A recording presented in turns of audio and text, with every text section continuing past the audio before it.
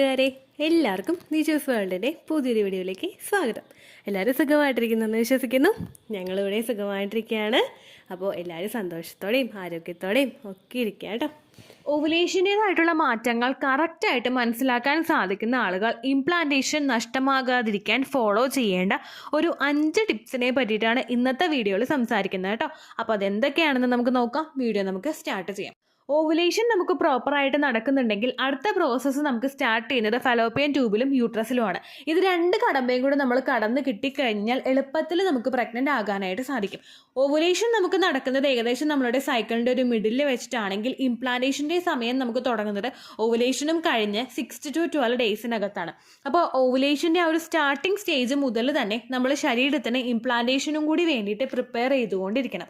Ovulation date കൃത്യമായിട്ട് calculate ചെയ്യാൻ അറിയാത്ത ആളുകൾ ഓവുലേഷൻ കാൽക്കുലേഷൻ നിജൂസ് വേൾഡ് എന്ന് പറയുന്ന നിങ്ങൾ യൂട്യൂബിലെ സെർച്ച് ബാറിൽ ടൈപ്പ് ചെയ്ത് കഴിഞ്ഞാൽ അതുമായിട്ട് റിലേറ്റഡ് ആയിട്ടുള്ള വീഡിയോസ് കാണാനായിട്ട് സാധിക്കും കേട്ടോ. ഇവിടെ ഏറ്റവും ആദ്യം നമ്മൾ ഫോളോ ചെയ്യേണ്ട ടിപ്പ് നമ്മുടെ ഫലോപ്പിയൻ ട്യൂബിലെ സ്റ്റിമുലേറ്റ് ചെയ്യുക എന്നുള്ളതാണ്. ഓവുലേഷൻ നമുക്ക് നടന്നു കഴിഞ്ഞാൽ പിന്നെ നമുക്ക് ആ ഒരു 30 മിനിറ്റ്സിനകത്ത് അല്ലെങ്കിൽ മാക്സിമം ഒരു 1 അവറിനകത്ത് തന്നെ നമുക്ക് അവിടെ ഫെർട്ടിലൈസേഷൻ നടക്കും. ഓവറിയിൽ നിന്ന് ഏതെങ്കിലും ഒരു അണ്ടാശയത്തിൽ നിന്ന് അണ്ടം പൊട്ടി പുറത്തേക്ക് വന്നു കഴിഞ്ഞാൽ അതിനെ ക്യാച്ച് ചെയ്യുന്നത് നമ്മുടെ ലെഫ്റ്റ് സൈഡിലോ റൈറ്റ് സൈഡിലോ ഫലോപ്പിയൻ ട്യൂബായിരിക്കും. അത് മാത്രമല്ല നമ്മുടെ ഒരു ഇജാക്കുലേഷൻ സംഭവിച്ച ശരീരത്തിനകത്തേക്ക് പ്രവേശിച്ചിട്ടുള്ള സെമനെല്ലാം സ്പേം സെൽസ് എല്ലാം കാത്തു നിൽക്കുന്നത് ഫലോപ്പിയൻ ട്യൂബിലായിരിക്കും. ഇത് ബീജസങ്കലനം നടക്കുന്നത് ഫലോപ്പിയൻ ട്യൂബിൽ വെച്ചിട്ടാണ്. ഈ ട്യൂബിൽ വെച്ച് ബീജസങ്കലനം നടന്ന് ഇത് അവിടെ നിന്ന് മൂവ് ചെയ്ത് വന്ന് സെൽ ഡിവിഷൻ ഒക്കെ കഴിഞ്ഞിട്ടാണ് 6ാമത്തെ ദിവസം മുതൽ ഓവുലേഷൻ കഴിഞ്ഞ 6ാമത്തെ ദിവസം മുതൽ നമുക്ക് ഇംപ്ലാന്റേഷൻ്റെ പ്രോസസ്സ് അവിടെ സ്റ്റാർട്ട് ചെയ്ത് തുടങ്ങുന്നത്. ഫലോപ്പിയൻ ട്യൂബിലോട്ടുള്ള ബ്ലഡ് സർക്കുലേഷൻ പ്രോപ്പറായിട്ട് നടക്കാതിരുന്നു കഴിഞ്ഞാലോ ഫലോപ്പിയൻ ട്യൂബിൽ മറ്റ് സ്കാർ ഉണ്ടാകുന്നുണ്ടെങ്കിലോ ബ്ലോക്കേജ് ഫലോപ്പിയൻ ട്യൂബിൽ ഉണ്ടായാലോ നമുക്ക് അവിടെ പ്രഗ്നൻസി പോസിബിൾ ആവില്ല. കാരണം അണ്ടത്തിനും ബീജത്തിനും തമ്മിൽ ജോയിൻ ആകാനായിട്ട് സാധിക്കില്ല. അതുപോലെ ഇതിന് മൂവ് ചെയ്യാൻ പറ്റാത്ത സിറ്റുവേഷൻ വന്നു കഴിഞ്ഞാൽ ട്യൂബൽ പ്രഗ്നൻസി നമുക്ക് ഉണ്ടാവാനായിട്ടും ചാൻസ് ഉണ്ട്. അതൊന്ന് ഓവർകം ചെയ്യാൻ വേണ്ടിയിട്ട് നമുക്ക് ഫലോപ്പിയൻ ട്യൂബിനെ സ്റ്റിമുലേറ്റ് ചെയ്ത് കൊടുക്കാം. ഇത് സ്റ്റിമുലേറ്റ് ചെയ്യേണ്ടത് നിങ്ങൾ ഓവുലേഷൻ തുടങ്ങുന്നതിന് മുൻപ് തന്നെ നിങ്ങൾക്കിത് ചെയ്ത് തുടങ്ങാവുന്നതാണ്. എന്നാൽ ഇപ്പോൾ നിങ്ങൾ ഓവുലേഷൻ ടൈമിലാണ് ഈ വീഡിയോ കേട്ടുകൊണ്ടിരിക്കുന്നതെങ്കിൽ ഈ സമയം മുതൽ നിങ്ങൾ ചെയ്തു തുടങ്ങുക. ചെയ്യാൻ പറ്റുന്ന കാര്യങ്ങളെന്ന് പറയുന്നത് ഏറ്റവും ആദ്യത്തേത് ബട്ടർഫ്ലൈ എക്സസൈസ് ആണ്. ബട്ടർഫ്ലൈ ചിറകിട്ട് അനക്കുന്നത് പോലെ നമ്മൾ നമ്മുടെ കാലിൻ്റെ മുട്ടുകളിട്ട് അനക്കി കൊടുക്കുന്നത് ബ്ലഡ് സർക്കുലേഷൻ കൂടുതലായിട്ട് ഫലോപ്പിയൻ ട്യൂബിലോട്ടും പെൽവിക്കിൻ്റെ ഭാഗത്തോട്ടും യൂട്രസിലോട്ടും ഒക്കെ എത്തുന്നതിന് വേണ്ടിയിട്ട് സഹായിക്കുന്നു. അങ്ങനെ നമുക്ക് പ്രഗ്നൻസി പോസിബിൾ ആവും. രണ്ടാമത്തേതാണ് leg up the wall exercise. നമ്മുടെ 2 കാൽപാദവും ഉയർത്തി മതിലിനോട് പറ്റേ ചേർത്ത് നമ്മൾ ഒരു 90 ഡിഗ്രി സെൽഷ്യസിൽ കിടക്കുന്നതാണ് leg up the wall exercise. ഒരുപാട് ഫെമിലിയർ ആയിട്ടുള്ള ഒരുപാട് പേർക്ക് റിസൾട്ട് കൊടുത്തൊരു എക്സസൈസ് ആണ് ഈ leg up the wall exercise. അത് നിങ്ങൾ ചെയ്യുന്നത് ഫലോപ്പിയൻ ട്യൂബിലോട്ട് ബ്ലഡ് സർക്കുലേഷൻ ഉണ്ടാകുന്നതിന് കാരണമാകുന്നു. ഏറ്റവും ആദ്യം നിങ്ങൾ ശ്രദ്ധിക്കണം, കാലിൽ വെരിക്കോസ് വെയിൻ ഉള്ള ആളുകളാണെങ്കിലോ അല്ലെങ്കിൽ കാലിന് വേദനയുള്ള ആളുകളാണെങ്കിലോ ഒരുപാട് നേരം നിങ്ങൾ ഈ ഒരു എക്സസൈസ് ചെയ്യാതിരിക്കാനായിട്ട് പ്രത്യേകം ശ്രദ്ധിക്കണം കേട്ടോ. അതുപോലെ നിങ്ങൾക്ക് ചെയ്യാൻ കഴിയുന്ന ഒരു എക്സസൈസ് ആണ് മാലാസന. നമ്മൾ ഇന്ത്യൻ ക്ലോസറ്റിൽ ഇരിക്കുന്ന രീതിക്കാണ് ഈ മാലാസന എക്സസൈസ് ചെയ്യുന്നത്. ഇന്ത്യൻ ക്ലോസറ്റിൽ ഇരിക്കുന്നത് പോലെ നിങ്ങൾ നിലത്ത് ഒരു തുണി വിരിച്ചിട്ടോ അല്ലെങ്കിൽ ഫ്ലോറിൽ നിങ്ങൾ ഇരിക്കാനായിട്ട് ശ്രദ്ധിക്കുക.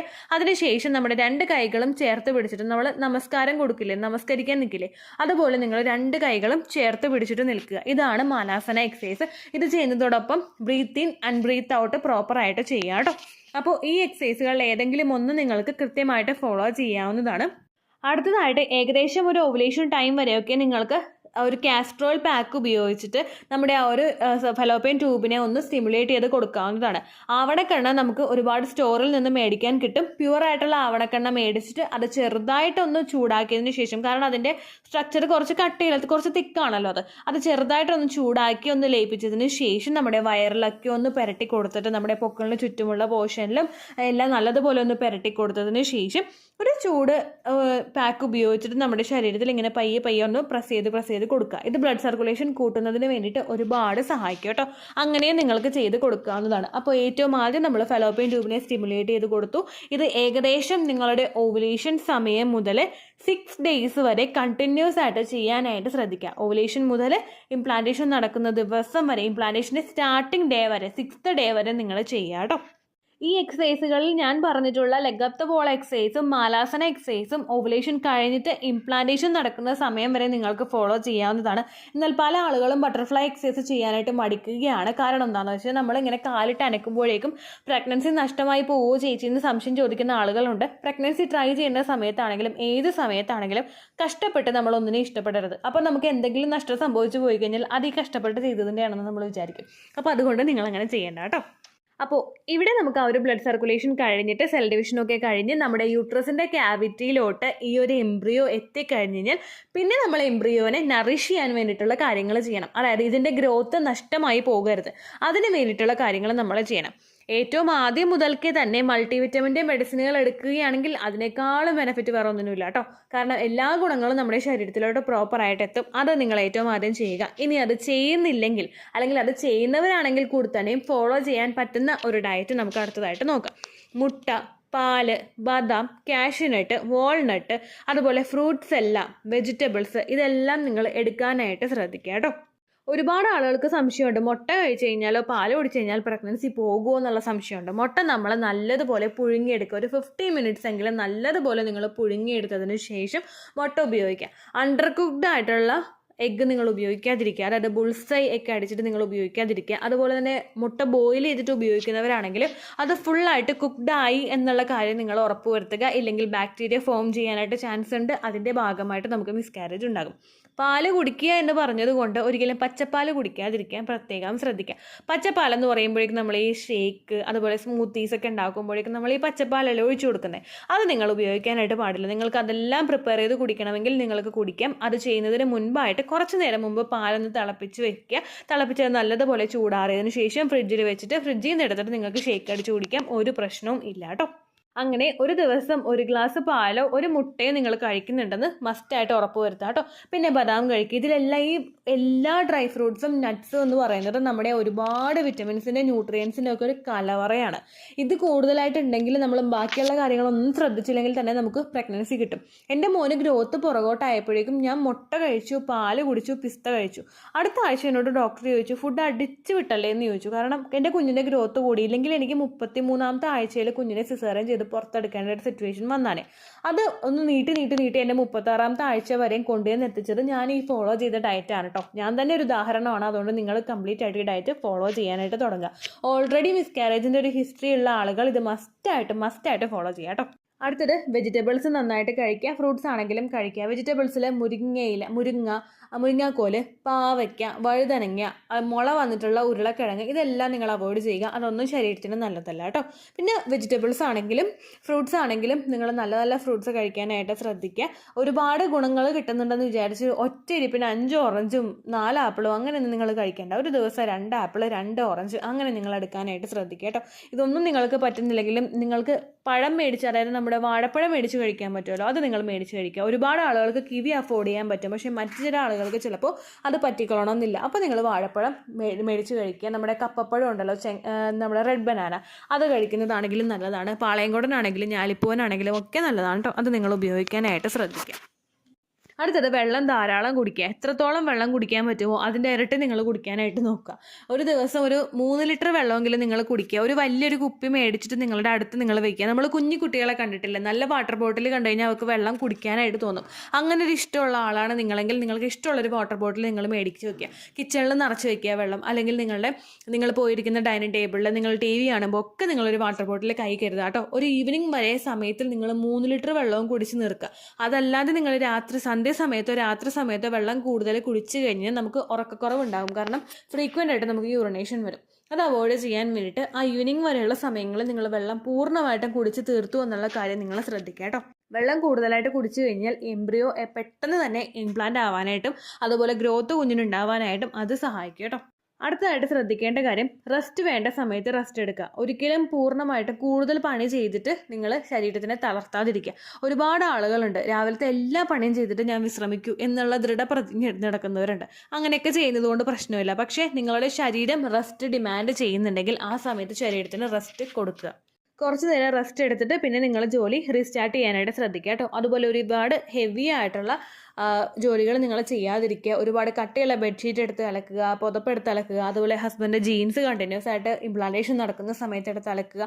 ഈ കാര്യങ്ങളൊന്നും നിങ്ങൾ ചെയ്യാതിരിക്കുക. അതുപോലെ ഒരുപാട് വെയിറ്റ് എടുത്ത് പൊക്കാതിരിക്കുക. മൂത്ത കുഞ്ഞുണ്ടെങ്കിൽ കുഞ്ഞിനെ ഒരുപാട് തവണ എടുത്ത് തൂക്കാതിരിക്കുക. നമ്മളെടുത്ത് കുഞ്ഞിനെ വെക്കണം, നമ്മൾ പുന്നാരിപ്പിക്കണം, അതെല്ലാം നമ്മൾ ചെയ്യണം. പക്ഷെ ഒരുപാട് നമ്മൾ കുഞ്ഞിനെ എടുക്കാതിരിക്കുക. കുഞ്ഞിന് വെയിറ്റ് ഉണ്ടല്ലോ, നമുക്ക് ശരീരത്തിന് ഇംപ്ലാന്റേഷൻ നടക്കുന്ന സമയത്ത് നല്ലതല്ല കേട്ടോ. അടുത്തതായിട്ട് ശ്രദ്ധിക്കേണ്ടത് കാര്യം, ഓവുലേഷൻ കഴിഞ്ഞിട്ടുള്ള സമയങ്ങളിൽ ഫിസിക്കൽ കോണ്ടാക്ട് ചെയ്യാതിരിക്കുക. ഇനി നിങ്ങൾ ചെയ്യുന്നുണ്ടെങ്കിൽ അത് ഒരുപാട് പ്രഷർ കൊടുത്തിട്ടല്ല എന്നുള്ള കാര്യം ശ്രദ്ധിക്കുക. ഹസ്ബൻഡ് ചെയ്യാനായിട്ട് താല്പര്യമുണ്ടെങ്കിൽ, നിങ്ങൾക്ക് താല്പര്യമുണ്ടെങ്കിൽ മാത്രം നിങ്ങളത് ചെയ്യുക. നിങ്ങൾക്ക് ഇൻട്രസ്റ്റ് ഇല്ലെങ്കിൽ അത് നിങ്ങളുടെ ശരീരത്തിൽ കാണാനായിട്ട് സാധിക്കും. നിങ്ങൾക്ക് സെർവിക്കൽ മ്യൂക്കസ് ഉണ്ടാവില്ല, അല്ലെങ്കിൽ നിങ്ങൾക്ക് ഒരു ലൂബ്രിക്കേഷൻ ഉണ്ടാവില്ല. അപ്പോൾ ഒരുപാട് നിങ്ങൾക്ക് വേദന ഉണ്ടാകും, ഡിസ്കംഫേർട്ട് ഉണ്ടാകും. കോണ്ടാക്ട് ചെയ്ത് കഴിഞ്ഞതിന് ശേഷം ജെനിറ്റൽ പാർട്സിൽ നിങ്ങൾക്ക് വേദന ഉണ്ടാകും. അതുകൊണ്ട് നിങ്ങൾക്ക് 100% താല്പര്യമുണ്ടെങ്കിൽ ഒരു തവണയൊക്കെ ചെയ്യുന്നത് കൊണ്ട് പ്രശ്നമില്ല. പക്ഷേ കഴിവതും അവോയ്ഡ് ചെയ്യാൻ പറ്റുന്നുണ്ടെങ്കിൽ നിങ്ങൾ ചെയ്യുക. ഒരുപാട് ഡോക്ടേഴ്സ് ഫസ്റ്റ് ട്രൈമസ്റ്ററിൽ ഫുള്ളായിട്ട് കോണ്ടാക്ട് പാടില്ല എന്ന് പറയുന്നുണ്ട്. കാരണം പലർക്കും കോൺട്രാക്ഷൻസ് ഉണ്ടാവാനായിട്ട് ചാൻസ് ഉണ്ട്. അതുകൊണ്ടാണ് കേട്ടോ അങ്ങനെ പറയുന്നത്. അപ്പോൾ നിങ്ങളുടെ കണ്ടീഷൻ എന്താണെന്ന് നമുക്കറിയില്ല. പക്ഷേ നമ്മുടെ പ്രഗ്നൻസി ആ പീരീഡ്സ് മിസ്സാവുന്ന സമയം മുതൽക്ക് തന്നെ നമ്മുടെ ഫസ്റ്റ് ട്രൈമസ്റ്ററിലെ ഫസ്റ്റ് മന്ത് അവിടെ കംപ്ലീറ്റ് ആയി. അതുകൊണ്ട് നമ്മൾ പ്രോപ്പറായിട്ട് അതിനൊരു കെയർ കൊടുക്കാനായിട്ട് ശ്രദ്ധിക്കുക കേട്ടോ. അടുത്തതായിട്ട് കഴിവതും ഔട്ട്സൈഡ് ഫുഡ് നിങ്ങൾ അവോയ്ഡ് ചെയ്യുക. നമ്മളിപ്പോൾ പേപ്പറിൽ വായിക്കുന്നുണ്ട് ഫുഡ് ഇൻഫെക്ഷൻ ഒരുപാടുണ്ട്, ഫുഡ് പോയ്സൺ ഒരുപാട് വരുന്നുണ്ട്. അതുപോലെ ഇപ്പോൾ നമ്മൾ ഏറ്റവും കൂടുതൽ മറ്റുള്ള ഡിഷസിനെയാണ് ആശ്രയിക്കുന്നത്. ഇപ്പോൾ മയോണൈസ് അടങ്ങിയിട്ടുള്ള കണ്ടന്റ് അടങ്ങിയിട്ടുള്ള ഭക്ഷണമാണെങ്കിലും, അല്ലെങ്കിൽ ഇപ്പോൾ ബർഗർ ആണെങ്കിലും, പിസ്സ ആണെങ്കിലും, സോസേജ് ആണെങ്കിലും നമ്മൾ കൂടുതലായിട്ട് ഉപയോഗിക്കുന്നത് ശരീരത്തിന് നല്ലതല്ല. ഫുഡ് ഇൻഫെക്ഷൻ വന്നു കഴിഞ്ഞാൽ, എന്തെങ്കിലും ബാക്ടീരിയാസ് ശരീരത്തിൽ പ്രവേശിച്ച് കഴിഞ്ഞു കഴിഞ്ഞാൽ അത് നിങ്ങൾക്ക് ഇംപ്ലാന്റേഷൻ വന്നിട്ടുണ്ടെങ്കിൽ കൂടി തന്നെ കുഞ്ഞിലോട്ടും കൂടി വ്യാപിക്കാനായിട്ട് ചാൻസ് ഉണ്ട്. അത് അവോയ്ഡ് ചെയ്യാൻ വേണ്ടിയിട്ട് ഔട്ട്സൈഡ് ഫുഡ് ഉപയോഗിക്കുന്നത് നിങ്ങൾ കുറയ്ക്കുക കേട്ടോ. ഇത്രയും കാര്യങ്ങൾ പ്രോപ്പറായിട്ട് ശ്രദ്ധിക്കുകയാണെങ്കിൽ നമുക്ക് ഓവുലേഷൻ കൃത്യമായിട്ട് നടക്കുന്നവർക്കൊക്കെ ഇംപ്ലാന്റേഷൻ നടത്തിയെടുക്കാനായിട്ട് അത് സഹായിക്കും കേട്ടോ. ഓൾറെഡി മിസ്കാരേജിൻ്റെ ഹിസ്റ്ററിയുള്ള ആളുകൾ ഇത് ഫോളോ ചെയ്യാനായിട്ട് മറക്കരുത് കേട്ടോ. അപ്പോൾ ഇത്രയേ ഉള്ളൂ വീഡിയോ. യൂസ്ഫുൾ ആയി കാണുമെന്ന് വിശ്വസിക്കുന്നു. യൂസ്ഫുൾ ആവുന്നുണ്ടെങ്കിൽ ലൈക്ക് ചെയ്യുക, ഫ്രണ്ട്സിനൊക്കെ ഷെയർ ചെയ്ത് കൊടുക്കുക കേട്ടോ. എന്തെങ്കിലും സംശയം ഉണ്ടെങ്കിൽ കമൻസിൽ ചോദിക്കുക. പണ്ടത്തെ വീഡിയോയ്ക്ക് കമൻസ് ഇടുന്നവർക്ക് റിപ്ലൈ ലഭിക്കുന്നില്ലെങ്കിൽ ലേറ്റസ്റ്റ് ആയിട്ട് ഞാൻ ഏത് വീഡിയോ ആണ് അപ്ലോഡ് ചെയ്യുന്നത് അതിന് താഴെ കമൻറ്റ് ഒന്ന് കോപ്പി പേസ്റ്റ് ചെയ്യാനായിട്ട് ശ്രദ്ധിക്കുക കേട്ടോ. അതുപോലെ ഓവുലേഷൻ ഡേറ്റ് കാൽക്കുലേറ്റ് ചെയ്ത് തരാനായിട്ട് റിക്വസ്റ്റ് ചെയ്യുന്ന ആളുകൾ എത്രയാണോ സൈക്കിൾ ലെങ്ത് അത് മെൻഷൻ ചെയ്യാനായിട്ട് ശ്രദ്ധിക്കുക. സൈക്കിൾ ലെങ്ത് എന്നതുകൊണ്ട് ഉദ്ദേശിച്ചത് ഓരോ മാസവും എത്ര ദിവസം കൂടുമ്പോഴാണോ ബ്ലീഡിങ് വരുന്നത് അതിനെയാണ് സൈക്കിൾ ലെങ്ത് എന്നതുകൊണ്ട് ഉദ്ദേശിച്ചത് കേട്ടോ. കഴിഞ്ഞ മാസം ഒരു 8-ാം തീയതിയാണ് ബ്ലീഡിങ് വന്നതെങ്കിൽ, അതായത് ഏപ്രിൽ നിങ്ങൾക്ക് 8-ാം തീയതിയും മെയ്യിൽ നിങ്ങൾക്ക് 10-ാം തീയതിയാണ് ബ്ലീഡിങ് വന്നതെങ്കിൽ ഏപ്രിൽ 8 മുതൽ മെയ് 10 വരെ എത്ര ദിവസമുണ്ടോ അത് എണ്ണി പറയുന്നതാണ് നിങ്ങളുടെ സൈക്കിൾ ലെങ്ത്.